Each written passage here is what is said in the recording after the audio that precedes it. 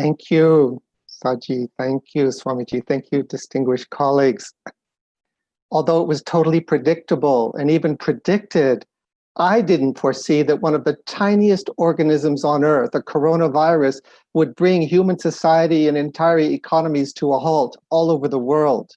Suddenly, shockingly, we saw that the functioning of society, our families, our schools, our businesses can change dramatically overnight, and trillions of dollars can be mobilized immediately in response if we want to, if we need to. It showed us that there are real consequences to breaching natural boundaries, and that our slow and inadequate response over these past decades to climate change and biodiversity loss is setting us up for much worse outcomes. And again, the most vulnerable among us will pay the highest price.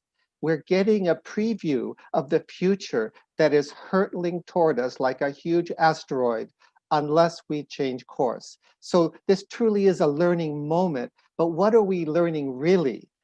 One thing we're learning, and I'll agree completely with Dr. Kitagawa, is that the battle to sustain nature and our very lives will be won or lost over the protection of rainforests, since this issue remains at the center of many global crises, including human health. Tropical deforestation creates the conditions for the emergence of new diseases like COVID-19. Climate. If tropical deforestation were a country, its annual contribution to climate change would be greater than the entire European Union. Biodiversity. Forests are key to addressing the extinction crisis because 2/3 of all plant and animal species live there.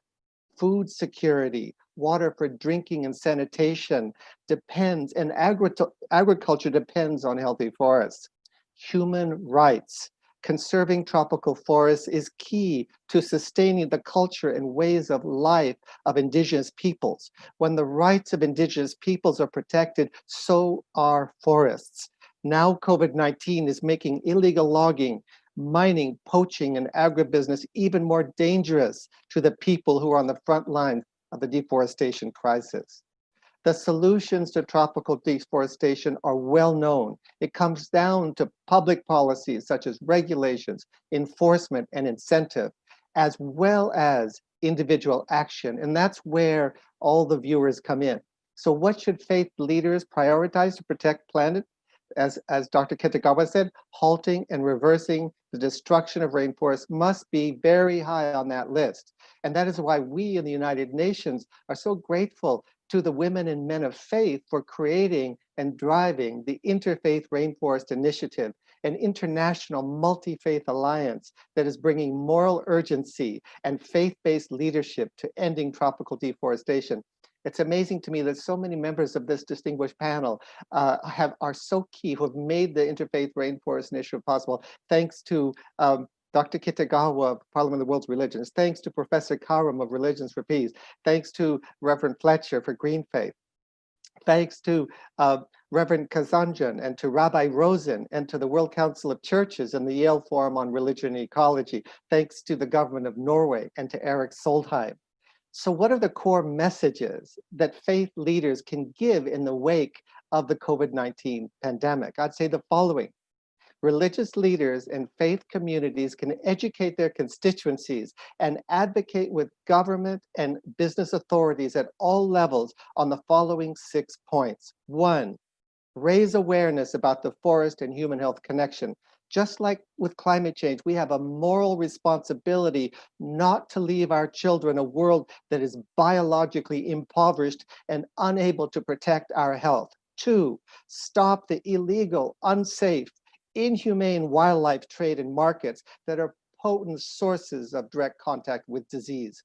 3, demand that policymakers build back better with economic recovery plans that invest in nature-based solutions, that remove harmful subsidies for agriculture, energy, and fisheries that destroy nature, and provide positive, strong incentives for industries to shift to sustainable food systems, reforestation, and clean energy.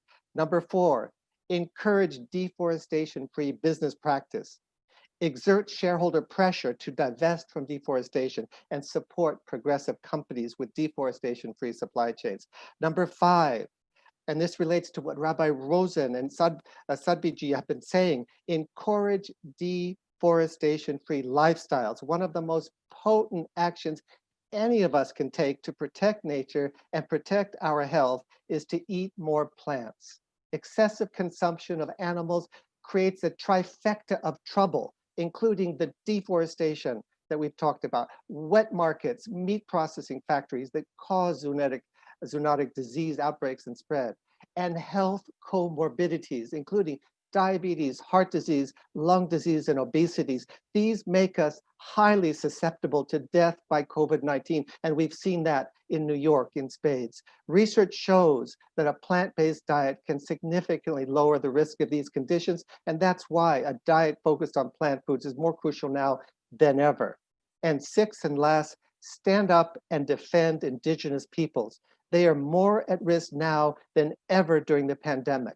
Religious leaders may wish to help Indigenous leaders around the world in the face of renewed threats, attacks, and incursions on their lands. There are many Indigenous peoples' campaigns and movements that we can support. And finally, I'll say the engagement of moral, ethical, and spiritual voices in the rainforest crisis and the other environmental issues we've discussed today is one of the most important and encouraging and inspiring developments I've ever witnessed in my 30 years with the United Nations. And I believe the kind of powerful interfaith cooperation we see here today has the potential to literally turn the tide on these challenges. Please keep up the good work, and thank you.